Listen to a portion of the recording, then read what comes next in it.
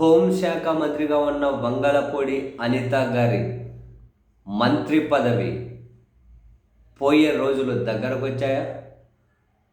ఆ మంత్రి పదవి తీసేయడం కోసం ప్రభుత్వ పెద్దల సమయం కోసం చూస్తూ ఉన్నారా? జరుగుతున్న ప్రతి పరిణామం అవుననే సంకేతాలు పంపిస్తూ ఉంది. మరీ ముఖ్యంగా తెలుగుదేశం పార్టీకి సంబంధించిన పత్రికలు, టీవీ ఛానళ్ళు వాళ్ళ సోషల్ మీడియాకి సంబంధించి కొన్ని సోషల్ మీడియా ఛానల్స్లో కూడా వ్యతిరేక కథనాలు కనిపిస్తూ ఉన్నాయి. అండ్ మరికొన్ని ఛానల్స్లో కూడా.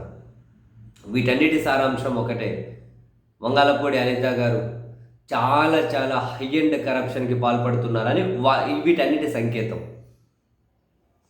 ముఖ్యమంత్రి కార్యాలయం ప్రత్యేక నిఘా పెట్టింది అని మేడం గారి మీద.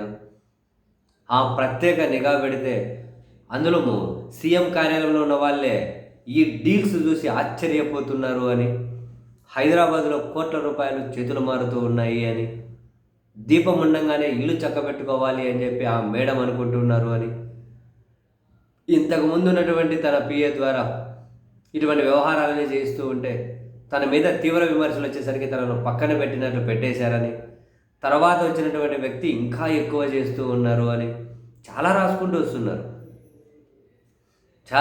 వస్తూ ఉన్నారు. ముఖ్యమంత్రి కార్యాలయం నిఘా పెడితే ఆ డీల్స్ చూసి వాళ్ళే ఆశ్చర్యపోతూ ఉన్నారట. కొనసాగింపుగా వీళ్ళు రాసుకుంటూ వచ్చినాయి. వీళ్ళు ప్రసారం చేస్తున్న వార్తల్లో ఇవి కీ పాయింట్స్.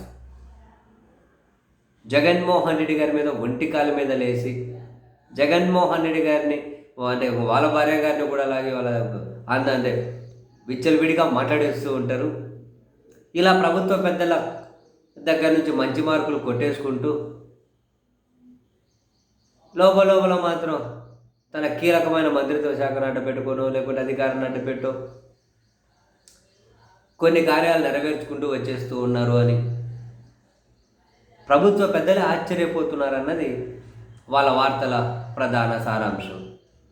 సో ఫస్ట్ నుంచి చూసినా కూడా ఇదంతా ఒక లెక్క, ఇదంతా ఒకటి.